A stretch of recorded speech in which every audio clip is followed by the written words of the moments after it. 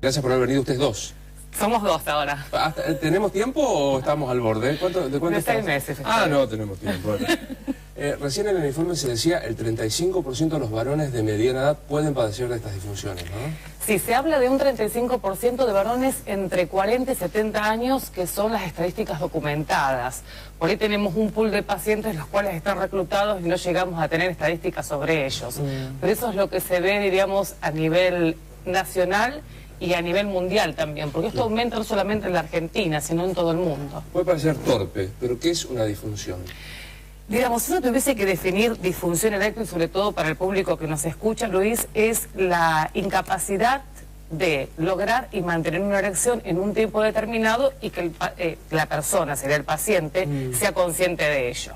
Entonces, cuando hay algún trastorno en alguna de las esferas, llámese las ganas, o sea, la libido, la erección o la eyaculación o el orgasmo, hay algún trastorno en esas esferas, ese paciente se comporta como un paciente con disfunción sexual eréctil. Y ahí estamos hablando de una, varias veces, recurrentemente, digamos, ¿cómo lo caracterizás? Sí, cuando uno interroga al paciente en el consultorio, lo que tiene que hacer fundamentalmente es preguntarle por lo menos de los 10 últimos intentos para poder hacer un promedio, porque si no, o sea, a veces son situaciones, el fallo en cualquier varón a lo largo de su vida también es algo normal. O sea, muchas veces consulta... Repetir eso porque es muy importante.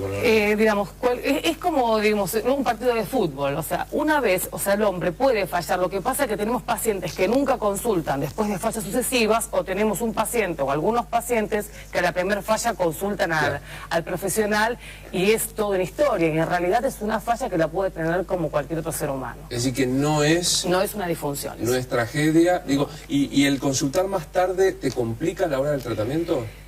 Esto se está investigando y cada vez desde la venida del Viagra del 98, que cada vez se investiga más, y digamos, y hay más presupuesto para investigar en disfunción sexual, se sabe que el paciente, si digamos, consulta más precozmente, ellos van a lograr mejores resultados del tratamiento. Y aparte hay tantos factores intervinientes en la disfunción sexual, que ahora los podemos conversar, que se pueden prevenir hasta con un cambio de estilo de vida simplemente, y no con una medicación. Claro, ahí está, ¿no? Por los factores físicos, psicológicos, todos juntos.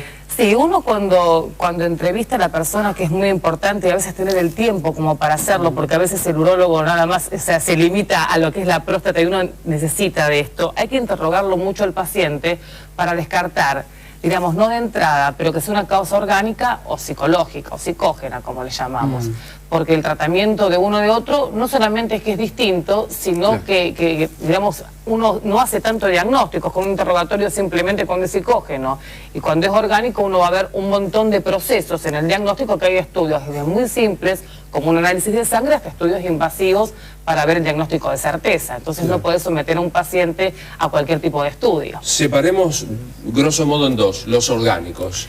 Haces el diagnóstico, ¿se cura, se corrige? ¿Cómo se dice? Sí, nosotros hacemos, o sea, un diagnóstico bastante preciso, desde los factores sanguíneos, o sea, desde hacer todas las enfermedades de base que hoy se saben, como es colesterol, glicemia, para verlo aparte de diabetes, hipertensión, que son los factores de riesgo de cualquier paciente cardiovascular y en disfunción eréctil, que era un poco el comentario de una de las notas que había salido este fin de semana en uno de los periódicos.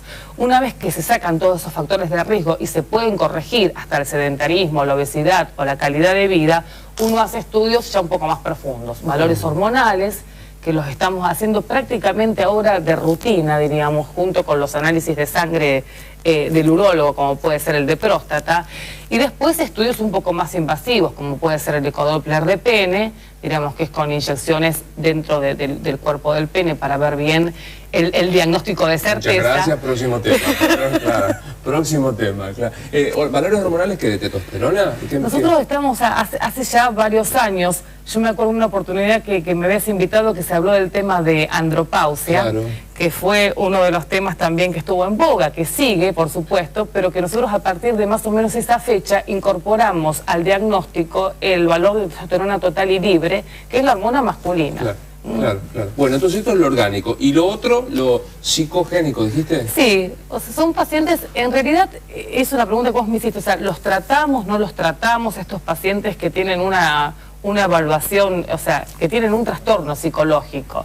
En realidad los tratamos con un equipo interdisciplinario donde nos aporten algo desde el punto de vista, diríamos, también la parte psicológica, que lo cual nosotros no nos encargamos. Pero es muy importante, sobre todo en los pacientes jóvenes que empiezan con esta causa psicógena, porque la causa más frecuente no es la disfunción eréctil en los jóvenes, sino la eyaculación precoz. Es la consulta más frecuente. Y a veces hacer algún tipo de tratamiento, porque lo que empieza siendo psicológico termina siendo un círculo vicioso y se convierte en orgánico. Y es como un músculo el pene, donde tiene que funcionar durante tanto tiempo porque si no se atrofia. Entonces tratamos de implementarles tratamientos. ¿Cuánto benefició? Me imagino que mucho, pero que también cuánto perjudicó el uso del Viagra recreacional, no sé cómo llamarlo.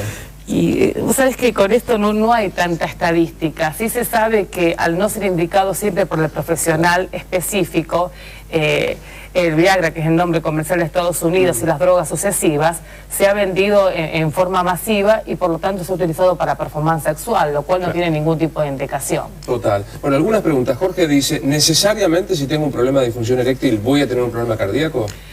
No, lo que sí, esto viene un poco a colación de muchas cosas nuevas, de muchos artículos nuevos que dicen que los pacientes entre 35 y 50 años que debuten con disfunción eréctil pueden tener, o sea, un problema cardíaco 4 o 5 años después. Hay un estudio muy interesante que vinieron a hablar justamente hace 15 días en un grupo de expertos, un canadiense que se dedica únicamente a disfunción sexual, un urólogo, y que dice que hay una relación lineal entre lo que es a la parte cardiovascular y disfunción eréctil, o sea. Entonces hay una relación. Por lo menos hay que tratarlo y consultar. Y hay que tratarlo, porque las arterias del corazón son las mismas que las arterias del pene. Se diferencian en el calibre. De todo eso me merecería una serie de, me imagino, los chistes fáciles, pero que no vamos a hacer. Guillermo dice, ¿cuáles son los riesgos para la salud cuando se tiene una prolongada disfunción social? Me pone acá, no debe ser una disfunción sexual. ¿Cuáles son los riesgos? Para la salud cuando se tiene una prolongada disfunción sexual. Y cada vez cueste más realizar el tratamiento. Claro. Porque cada vez va a ser, o sea, los efectos farmacológicos de la medicación no van a ser los mismos cuando se inician que cuando pasa un tiempo. Ángela tiene una pareja, el chico tiene 20 años y no puede hacer el amor si no usa Viagra. 20 años. Sí, no, yo creo que esa persona no está evaluada. Esa persona necesita a alguien, un profesional idóneo que pueda indicarle y hasta que pueda decirles muchas cosas de cómo se usa un medicamento y si debería usarlo o no debería usarlo. Vos hablabas de hasta cambio de hábitos. ¿No es poca cosa que se revise el cambio de hábito en la pareja y ver qué es lo que ayuda a sentirse con más ganas, ¿no? Sí, el cambio de hábito, bueno, ahora diríamos también está en boga, pero por ejemplo desde el sedentarismo, el deporte... Eso va a cambiar la mujer, o sea, eso no, bueno. no aconsejás vos eso. Yo no estoy para dar este tipo de consejos, claro. Pero a lo mejor, no sé, es la solución. ¿Viste que íbamos a encontrar por ahí? Pero digo, el sedentarismo... El sedentarismo, la obesidad, esto del síndrome metabólico que se pasó en el tape anterior. ¿Qué es? El síndrome metabólico es muy manejado por los cardiólogos, que es un síndrome que tiene obesidad abdominal, colesterol alto, trastornos de la insulina y fundamentalmente si hay 3 de estos factores se les va a agregar, hay un 5º elemento que está por agregar ahora que es la disfunción eréctil. Ahí está. Que no estaba dentro de ese síndrome. Pero bueno, los urólogos nos metimos también ahí. Como para meternos por ese lado. O sea que no solo estar gordo, porque detrás de cámara vos escucharás el camarógrafo que está allá, que está con 1 centímetro. Se me hicieron varias preguntas antes de entrar. ¿No es cierto? Vamos fuera de cámara, Porque vino hace poquito una colega tuya, la doctora Katz, que hablaba de la grasa abdominal, más de 102, creo, los varones. Sí. Porque tienen un valor específico para poderlo nomenclar, o sea, para que entre dentro de este síndrome. Claro. ¿Ves? Ese está el ruidito ese es el centímetro que he traído. Y vos decís que él se recuperará, ¿lo ves en condiciones? Ahora le vamos a hacer la evaluación pertinente. Muy bien, muy bien. ¿Algo más que me olvidé de preguntarte, Doc? ¿Alguna cosa importante para decir? No, ir al médico. Ir al médico, la prevención, tener en cuenta, diríamos, no es que yo defienda mi especialidad, pero que esto lo maneja el urólogo en forma interdisciplinaria con el cardiólogo, el endocrinólogo, y tener en cuenta siempre que el paciente que vaya por una disfunción eréctil, que puede ser un paciente entre 40, 50 años fundamentalmente, se haga los chequeos prostáticos pertinentes, que es lo que uno tiene que prevenir. Y ya estamos hablando del antígeno. El PSA, el famoso antígeno. ¿Y el otro también? Y el tacto rectal, que hasta ahora no hay digas nada. así con esa alegría, pero viste que por algunos uno se agarra solo de esos médicos que dicen que no hay que hacer.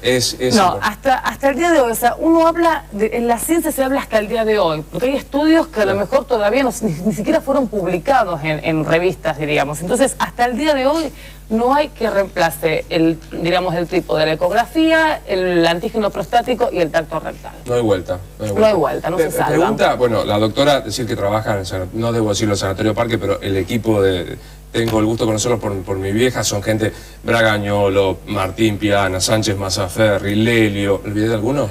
Ahora tenemos un Oscar Sansó, que es un chico nuevo. Que gente, la verdad, macanudísima, y en vos quiero felicitarlos a todos ustedes. ¿Te pega el prejuicio que viene un varón y te ve y te dice, no quiero, o ya lo se ha superado?